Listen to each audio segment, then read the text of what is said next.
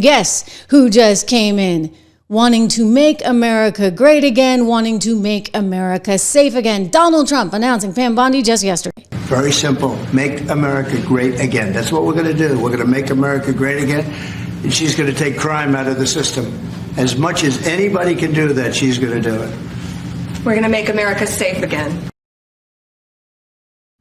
You better believe it.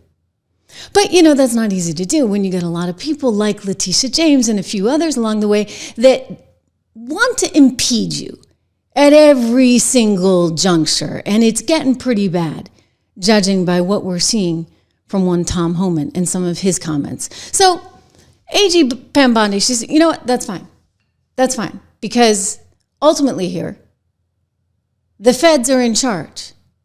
I mean, if there's one thing that the federal government actually really and truly is in charge of, it would be the border and immigration.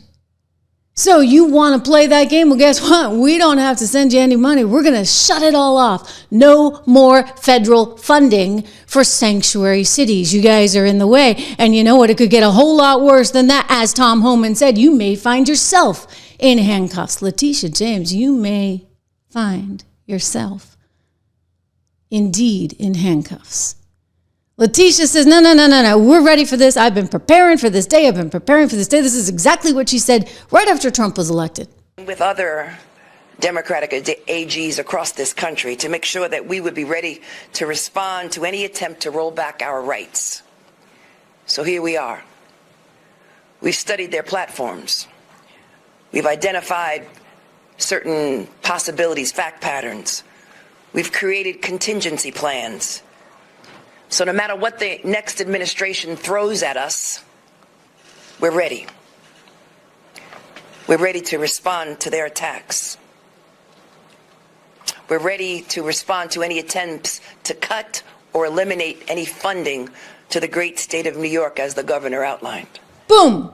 You see that? And that's exactly what Pam's doing. She's cutting your funding. Letitia's all worked up about this. Here she is just the other day. Not only does this administration's new policy put people at risk, but it is plainly unconstitutional.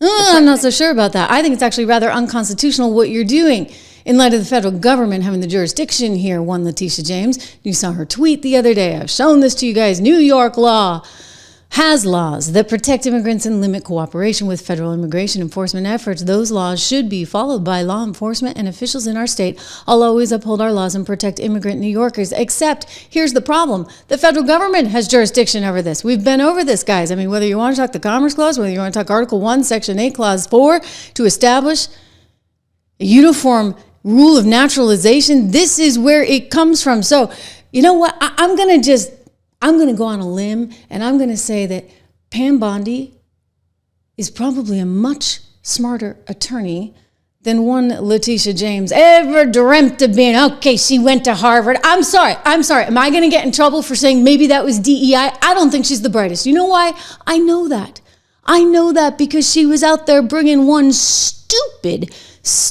lawsuit, one after another. She sued Trump 100 times while she was there. But she thought she really, hit it big when she'd go after him and she'd get the judge to go along with nearly a $500 million fine because she thinks Mar-a-Lago is worth $18 million, despite the fact it makes 56. I'll never get over this. I mean, this is really destructive. And she's such an idiot that she did this. She sent it to the appeals court, and the woman up there having to argue Letitia James's case. Again, this is how I know Pam is so much smarter. I mean, she was nearly thrown out of court before she got a word out. May it please the court, Judith Vail for the New York Attorney General's office.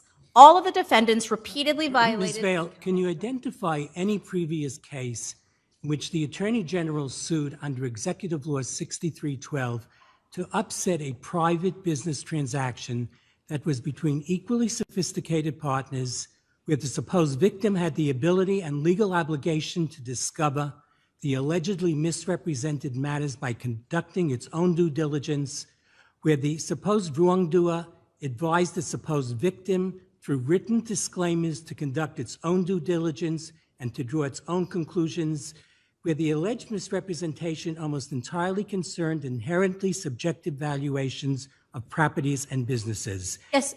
And where and where the victim never complained about any fraud in the transactional losses from it. Because I've gone through the cases which you've cited, and all of them always involved a consumer protection aspect. It involved protection of the market. Well, several responses. And I want to add to his question, and little to no impact on the public marketplace. Exactly. So why did Letitia James bring that? Yeah, we know why she brought it. Political reasons, political reasons, political reasons.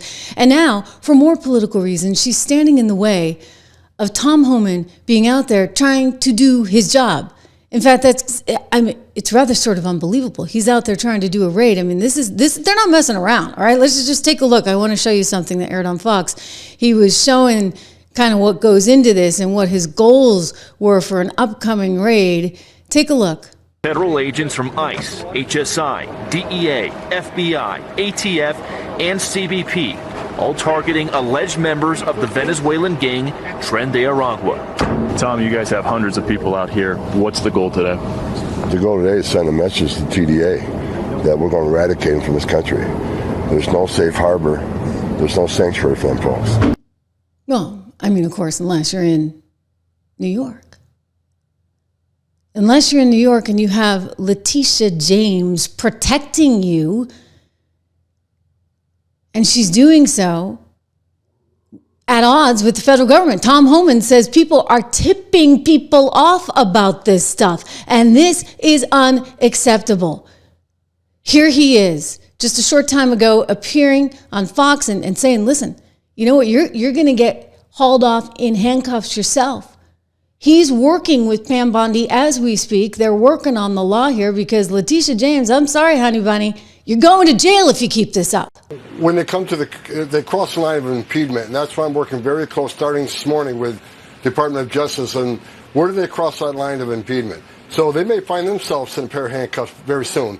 So working with DOJ on that, get some legal guidance on that. I'm not an attorney. I know what SecOps is about. I know what crossing that line is, but getting DOJ back up on that. So it's something we're looking at right now, Harris. We're not going to tolerate it anymore. This is not a game.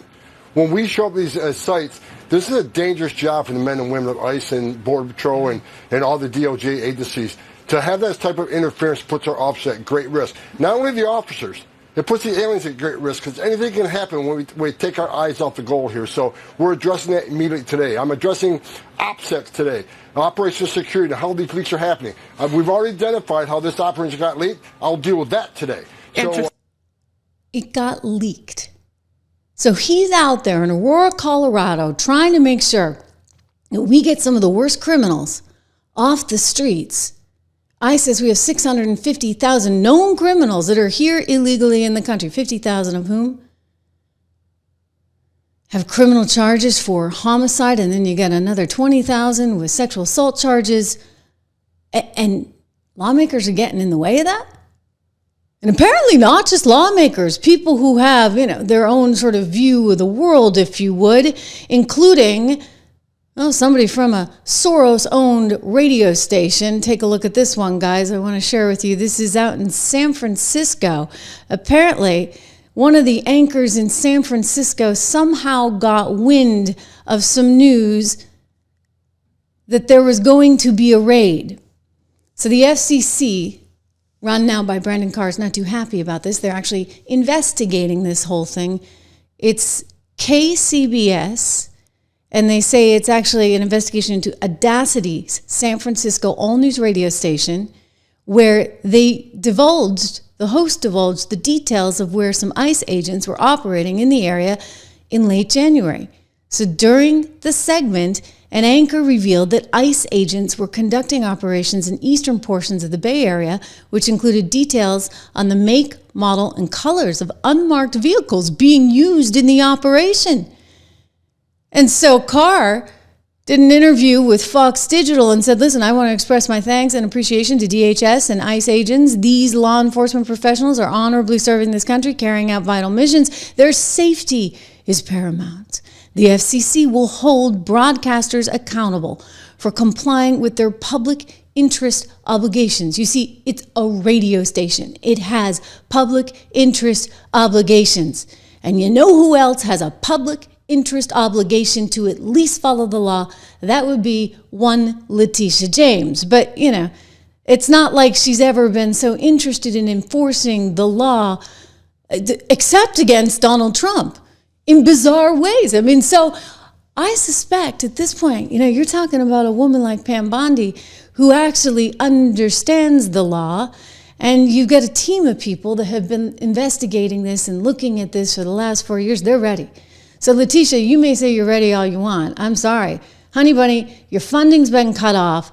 Pam is not messing around. Tom Homan is not messing around. And I think, you better go back to law school pretty soon and maybe take a look at that Article 1, Section 8, Clause 4, and understand the difference between the federal government and what you got going on there in New York. I'll tell you, she's unbelievable. Not even the governor of New York is threatening what Letitia James is threatening. So think about that, you guys. All they're doing is trying to be there to face off with Donald Trump. Somehow that's going to make her a bigger politician.